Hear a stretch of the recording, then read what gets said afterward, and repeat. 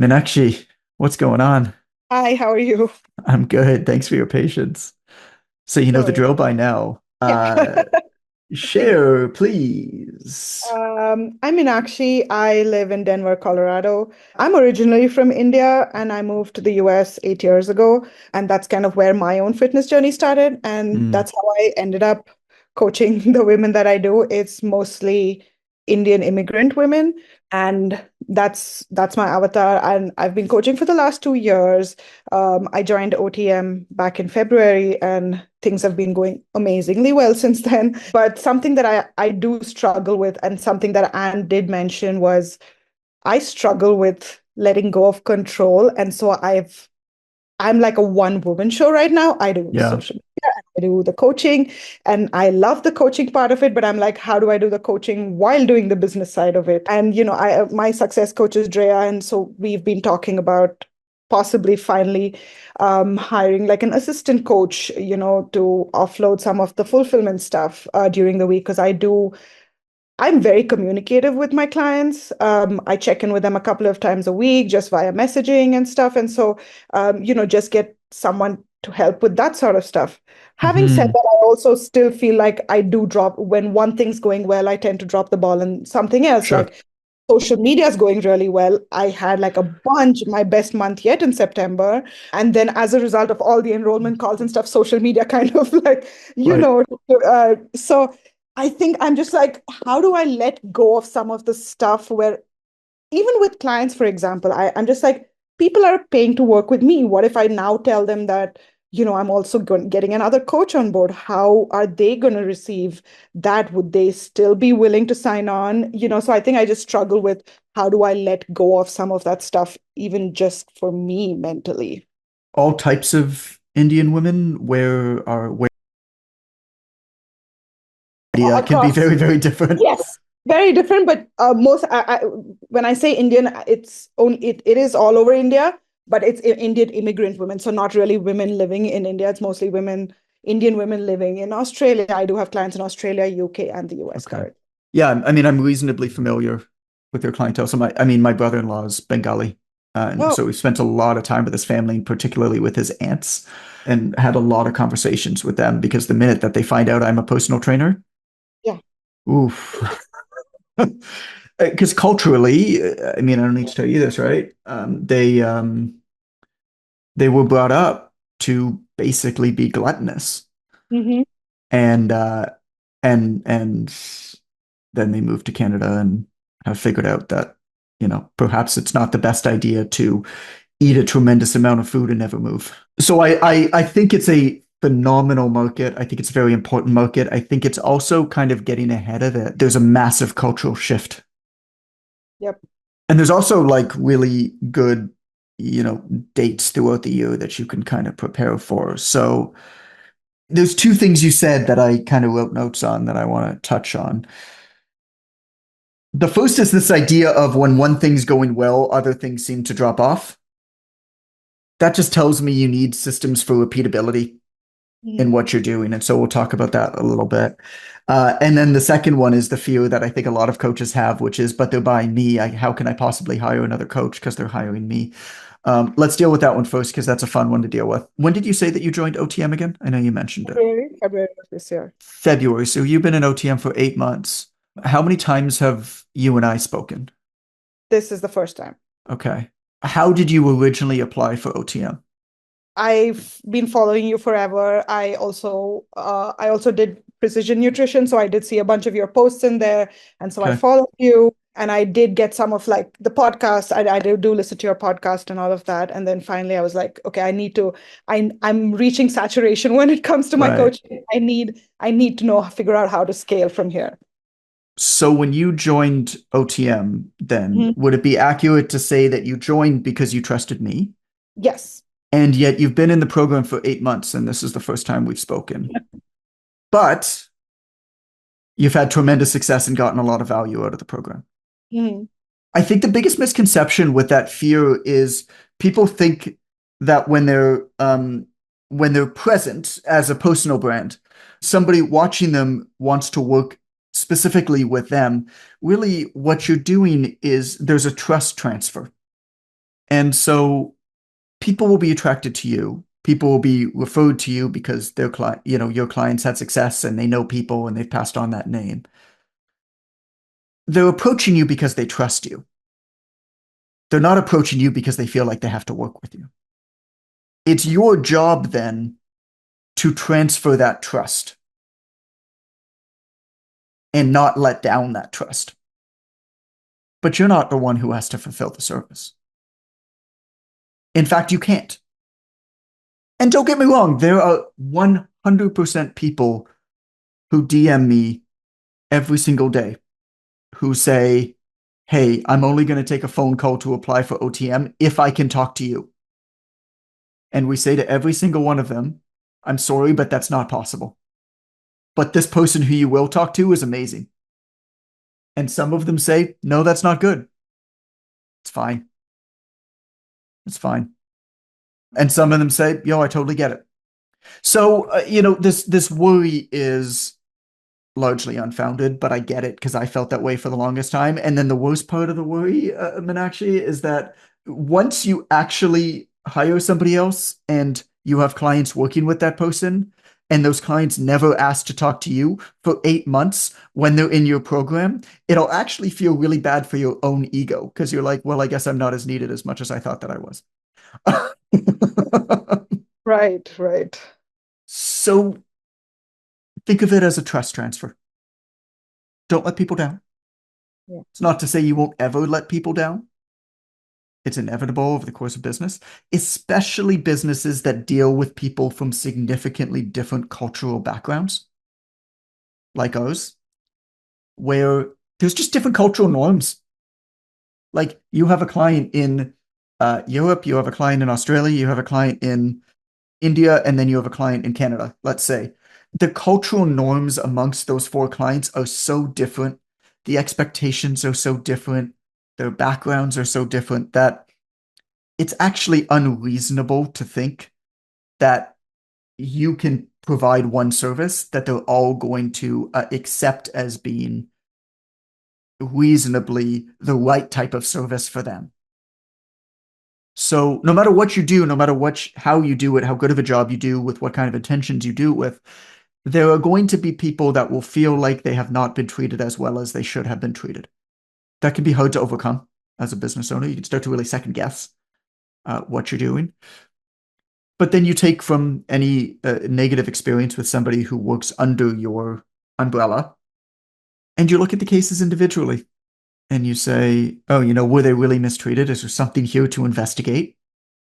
We've had to let coaches go. Or is this going to help us better figure out which types of clients we should work with and improve our application process to weed out the people who our services are not good for? Not that they're not good people.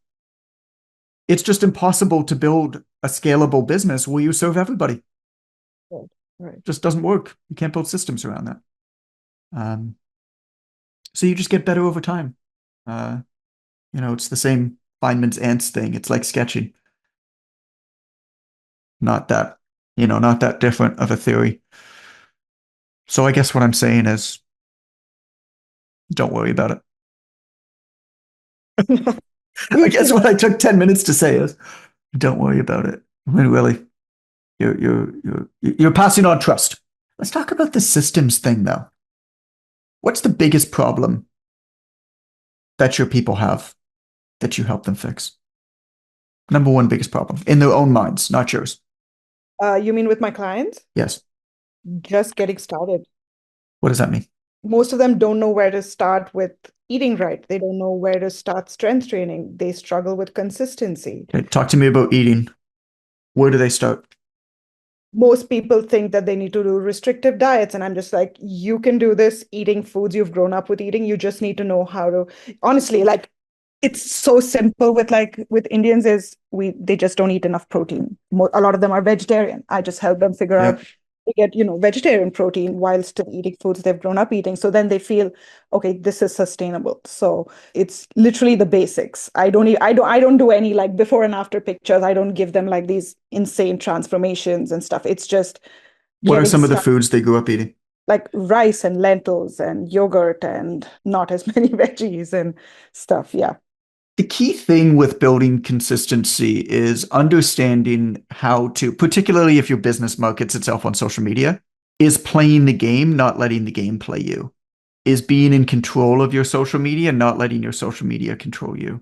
The problem is that social media, the goals of the social media companies are radically different than your goals in using social media.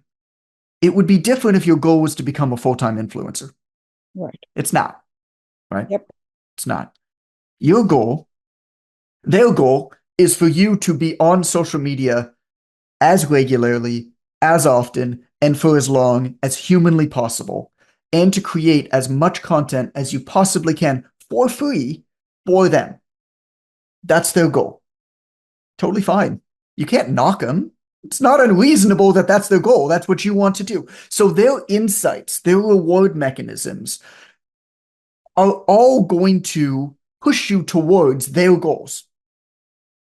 Your goal in using social media is to spend as little time as possible on that thing as you possibly can, build a business, book the calls, and then get the heck off.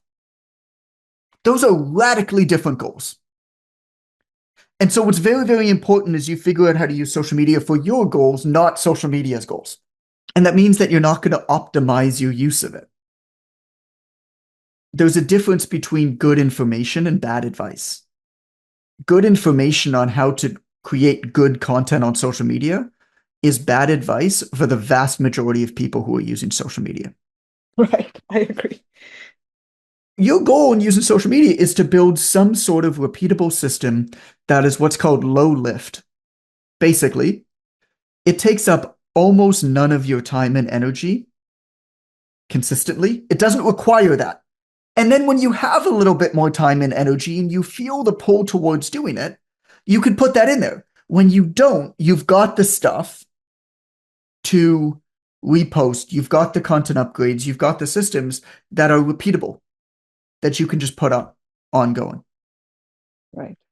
And so that's why I was asking you about this dieting guide and kind of pulling back on that because if you say that that's the first step, and from what I know about Indian culture, from the people that I know, you're dead on.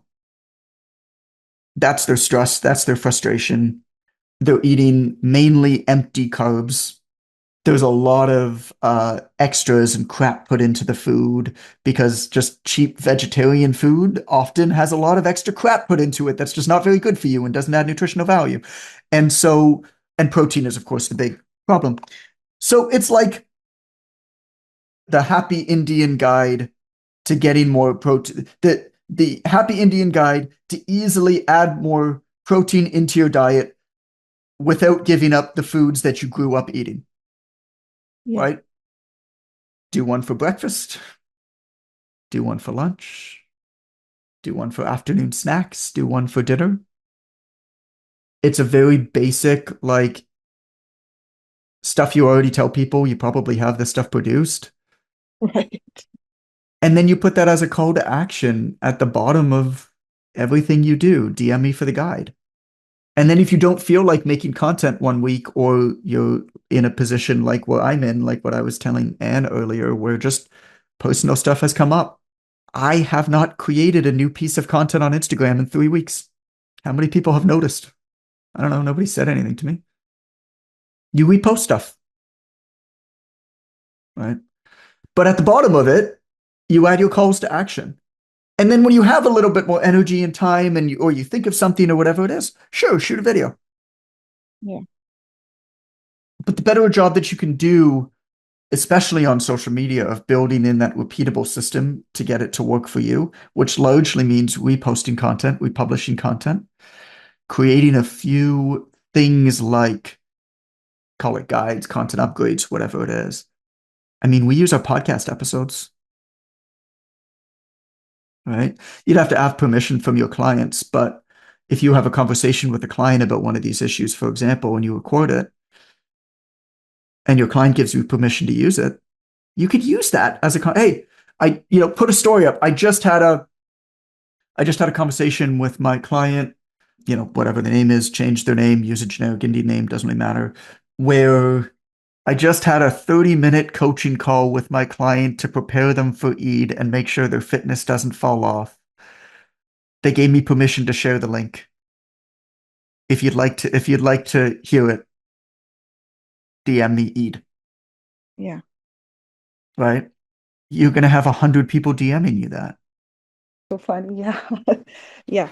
And then you're That's just going to be so busy in the DMs that you're going to have to get somebody else to, do that responses for you at some point. But, you know, the, the job is not to remove problems. It's just to give a different set of problems, I guess, sometimes. My job. But yeah, I mean, repeatable systems don't feel like you got to make it up new every single time. It's impossible to maintain. If your yeah. job was to be a full-time influencer living in an influencer house, eating $70 hummus that you got at the farmer's market in the Bay Area, then yeah, maybe. But it's not your coach. Yeah. Yeah. The funny thing is, I have those systems in place for coaching, and that's why that Yeah. stuff never, like, you know, I never have to neglect that stuff because I have a lot of that stuff. I'm just like, I think I just overcomplicate stuff like social media when it's so simple because I'm actually doing a group call with my clients because October is a whole month of like Indian festivals, and that's always like this time of the year is always so busy. And I'm just like, I could just use snippets from that group call that I'm doing with them since you said mentioned I that. mean, that's what we do in this group call, right? When you filled out the form, you checked off that you give permission for us to use it on the podcast. And if you said no on the forum, we wouldn't use it. And if you said afterwards, I said yes, but I really, prefer you not to use it, of course we wouldn't, right? But this one now hour that I've done with you gets cut up into 3 podcast episodes. Each of those podcast episodes then gets its own hook. Those podcast episodes then get promoted as content upgrades, which our team puts out on my social media, which when people respond to, engages them in a consultative conversation and hopes that they book in for a call. And it's just, if you're doing these calls anyway, you're dealing with the exact issues that everybody following you is going to be dealing with. And you're going to be able to help them in more detail and nuance and showcase just how special you are in your approach and how thoughtful you are, way more than you ever would in like a 14-second dancing clip, pointing out words in space on a reel. Right. Um, Yeah. that's how you set yourself apart. That's why nobody hires influencers to be their coaches, Mhm. right? Cool. Thank you so much Thank you so much. That was for super listening. helpful. All right. Thank you, everybody. We'll talk soon. Bye bye.